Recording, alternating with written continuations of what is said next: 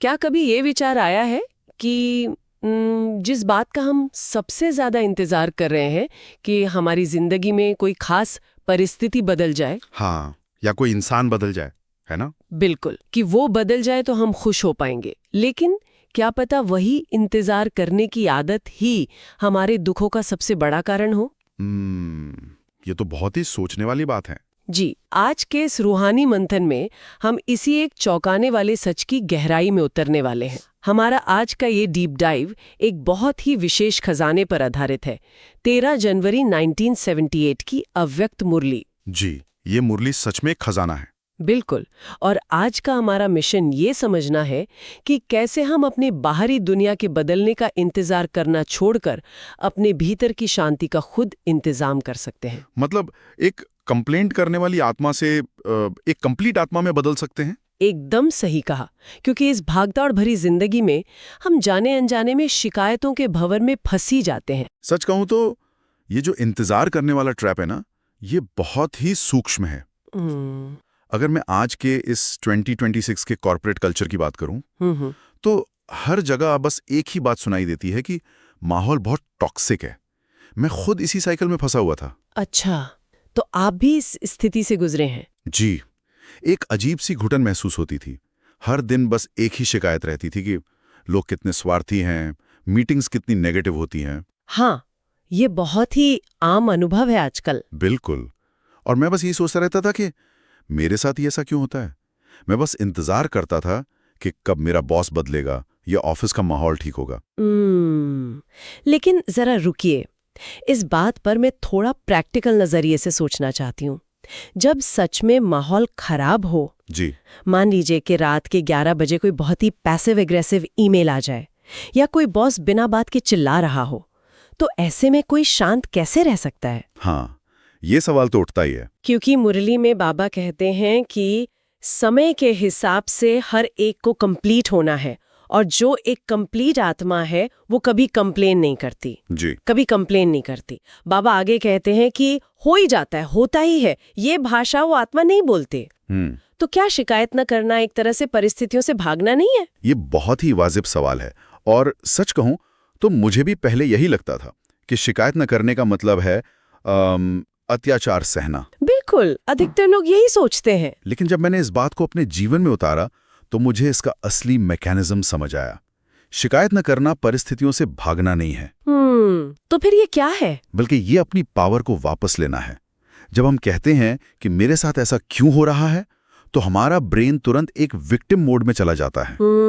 Victim mode. हाँ, हम सामने वाले इंसान को या उस ईमेल को अपनी खुशी और शांति का रिमोट कंट्रोल थमा देते हैं। ये तो बहुत ही गहरी बात है। मतलब हम अपनी आंतरिक अवस्था के लिए पूरी तरह से बाहरी दुनिया पर निर्भर हो जाते हैं। बिल्कुल।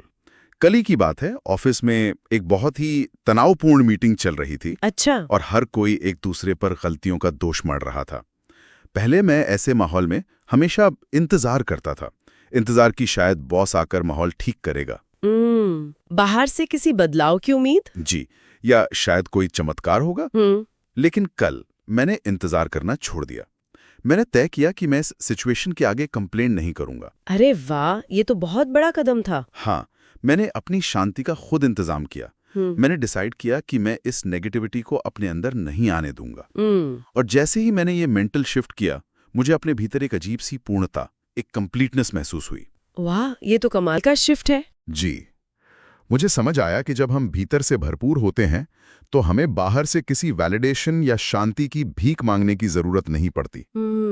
बहुत सुंदर। अगर हम इस अनुभव को गहराई से एनालाइज करें तो समझ आता है कि इंतजार करना दरअसल एक अधूरेपन की, एक भिखारीपन की निशानी है। बिल्कुल सही कहा। जब हम इंतजार करते हैं तो हम यूनिवर्स से ऊर्जा मांग रहे होते हैं कि सामने वाला मुझे सम्मान दे या परिस्थितियां मुझे सुख दें। हाँ, हम बस मांगने वाले बन जाते हैं। लेकिन जब कोई स्वयं को भरपूर महसूस करता है, जब वो कंप्लीट होता है, तो वो इंतजार करने वाला नहीं बल्कि दूसरों को देने वाला दाता बन जाता है।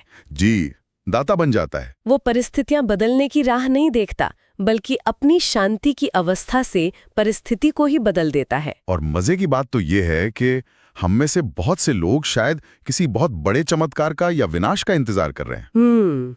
हाँ। हमें लगता है कि जब दुनिया बदलेगी या जब परिस्थितियां पूरी तरह बदल जाएंगी तब हम शांत होंगे। लेकिन सच तो ये है कि हमें इंतजार की बजाय उस बदलाव का इंतजाम आज और अभी से करना है। ये एक बहुत बड़ा चेक पॉइंट है हम सबके लिए। बिल्कुल, ये चेकिंग बहुत जरूरी है। अच्छा, अब एक और सवाल खड़ा होता है। जब हम कंप्लेन करना बंद कर देते हैं और उस विक्टिम मोड से बाहर आ जाते हैं जी। तो अचानक से हमारे पास बहुत सारी मेंटल एनर्जी बच जाती है। वो ऊर्जा जो पहले शिकायतों में खर्च हो रही थी, हाँ, जो क्यों और कैसे में बर्बाद हो रही थी। बिल्कुल, अब उस बची हुई ऊर्जा का क्या किया जाए, इसी बात पर मुरली में बाबा ने एक और बहुत ही शक्तिशाली बात कही है। वो एक्स्ट्रा टाइम वाली बात है ना? जी। बाबा कहते हैं कि अब का जो समय मिला है वो एक्स्ट्रा टाइम है, और ये स्वयं के पुरुषार्थ के लिए नहीं बल्कि दूसरों के प्रति समय, गुण और खजाना देने के लिए है। बाबा आगे कहते हैं, अगर इस समय को स्वयं के प्रति लगाते हैं तो ये अमानत में खयानत होती है। ये शब्द बहुत भारी हैं, अमानत में खयानत। सच कहूं तो जब मैंने इस अमानत में खयानत वाले पॉइंट को गहराई से पढ़ा तो जैसे मेरी आंखें खुल गईं। अच्छा, कैसे? मैं हमेशा सोचता था कि मेरे पास जो ईश्वरीय ज्ञान है, जो शक्तियां हैं, वो सिर्फ मेरी खुद की शांति के लिए हैं। हम अक्सर ज्ञान को सिर्फ अपने तक सीमित कर लेते हैं। बिल्कुल। जब ऑफिस में कोई तनाव होता तो मैं अपनी सारी आध्यात्मिक ऊर्जा अपने खुद के घावों को भरने में या मेरे साथ ऐसा क्यों होता है सोचने में लगा देता था। हाँ, वो ऊर्जा खुद पर ही खर्च हो जाती थी। जी हाँ, लेकिन ये तो उस चैरिटी फंड का मिसयूज था जो ईश्वर ने हमें दूसरों को बांटने के लिए दिया है। चैरिटी फंड का मिसयूज, ये बहुत ही सुंदर मेटाफर है। तो फिर इस चैरिटी फंड का सही इस्तेमाल कैसे किया जाए? विशेषकर उन लोगों के साथ जो हमारे साथ गलत व्यवहार कर रहे हैं, क्योंकि इंसान का स्वाभाविक नेचर तो यही है कि जो हमें दर्द दे रहा है हम उससे दूर भागें। हाँ। ये प्रैक्टिकल चुनौती तो आती ही है। तो ऐसे टॉक्सिक लोगों को हम दुआएं कैसे दें? ये भी एक बहुत बड़ा रहस्य है। मैंने कल अपनी अप्रोच बिल्कुल बदल दी। अपने तनाव में उलझने के बजाय मैंने अपने उन सहकर्मियों को देखना शुरू किया जो असल में बहुत खाली और थके हुए थे। वे लोग बुरे नहीं थे। मतलब? उनका व्यवहार उनके अंदर की पीड़ा से आ रहा था। बिल्कुल। वे बस अपने अंदर के स्ट्रेस से लड़ रहे थे। मैंने चुपचाप मन ही मन उन्हें शांति और प्रेम की दुआएं देना शुरू किया। मानसिक रूप से उन्हें दान देना शुरू किया। जी। मैंने तय किया कि मैं वो चैरिटी फंड उन्हें बांटूंगा, अपनी अमानत का सही इस्तेमाल करूंगा, और इसका जो परिणाम हुआ वो किसी जादू से कम नहीं था। यहाँ पर मैं जानना चाहूंगा कि इसका एक्चुअल मैकेनिज्म क्या है? ये जादू काम कैसे करता है? भेज रहे होते हैं कि हम खतरे में नहीं हैं, बल्कि हम प्रोवाइडर हैं, हम देने वाले हैं। जैसे ही मैंने दूसरों को दुआएं देना शुरू किया, मेरा खुद का तनाव पूरी तरह से गायब हो गया। अरे वाह, ये तो बहुत ही अद्भुत अनुभव है। जी, मेरा वो मैं और मेरा दुख कहीं पीछे छूट गया, क्योंकि जब आप दाता बन जाते हैं तो आपके अंदर डर या असुरक्षा की भावना टिक ही नहीं सकती। ये सुनकर मुझे घर की बड़ी शादी वाला रूपक याद आ गया जो अक्सर बाबा समझाते हैं। बड़ी शादी वाला रूपक। जी, कि जब हम विश्व कल्याण की सेवा में बिजी हो जाते हैं तो हमारी अपनी छोटी मोटी परीक्षाएं ऐसे पास हो जाती हैं जैसे कुछ हुआ ही ना हो। हाँ, ये बिल्कुल सही है।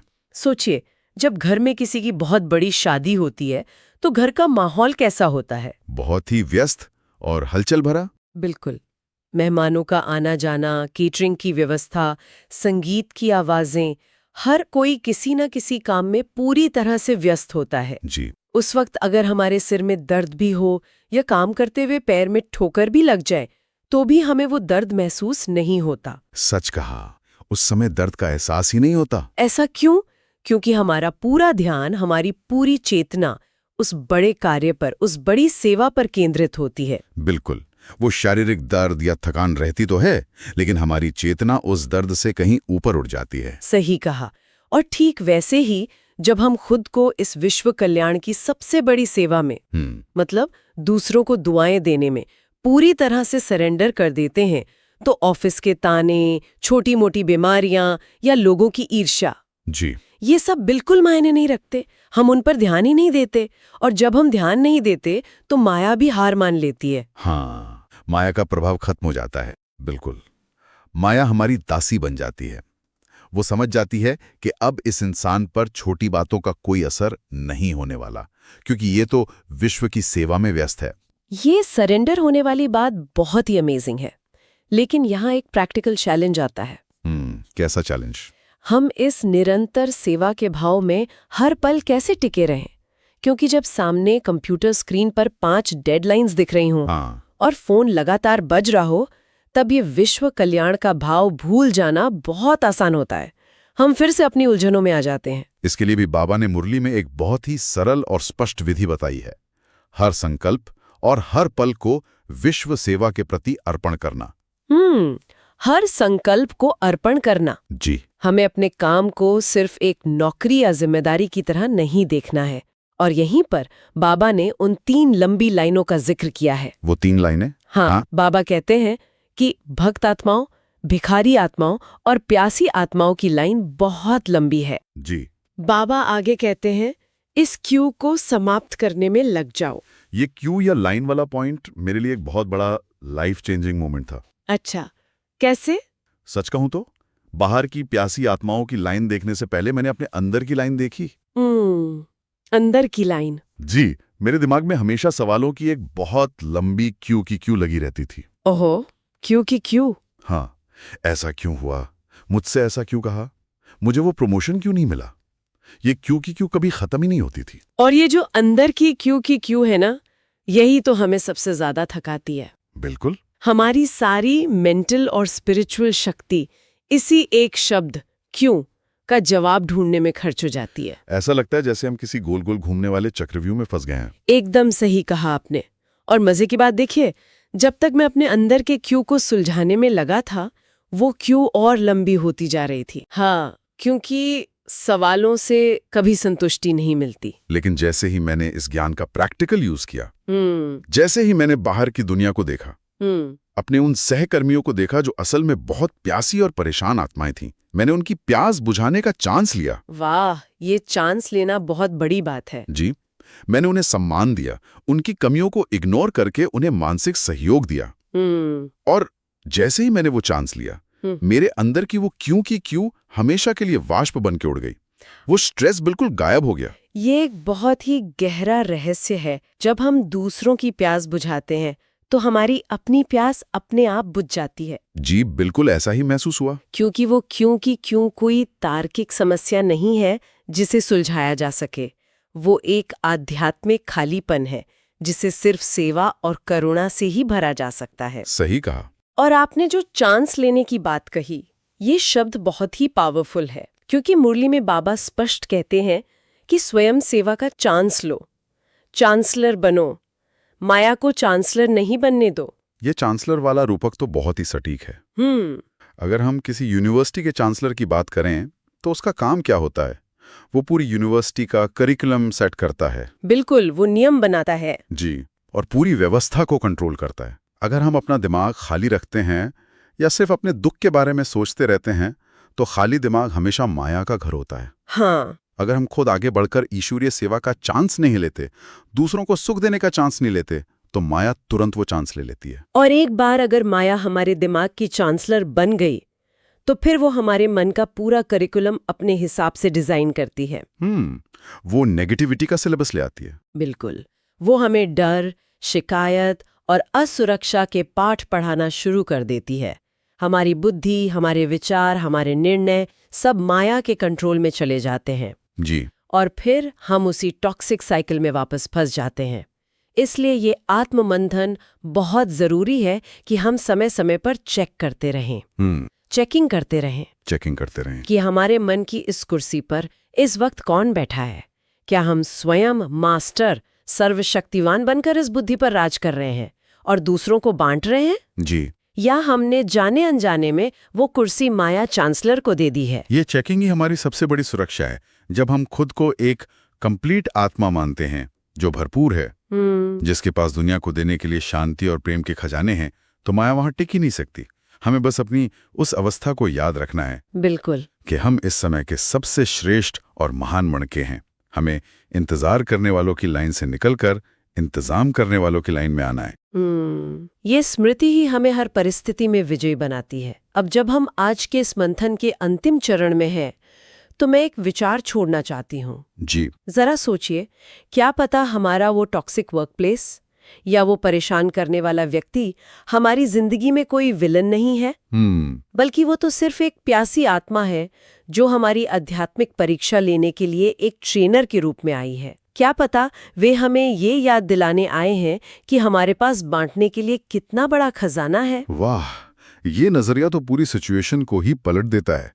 अगर हम उन्हें अपनी आध्यात्मिक ग्रोथ का एक हिस्सा मान लें, तो फिर किसी से कोई शिकायत बचती नहीं। बिल्कुल। तो आइए आज के इस गहरे और खूबसूरत मंथन को सिर्फ शब्दों तक ही सीमित न रखें, इसे अपने अनुभव में उतारते हैं। जी बिल्कुल। आइए अब हम सब मिलकर अपने मन के भीतर चल रही उस क्यों की लाइन को हमेशा के लिए समाप्त करें।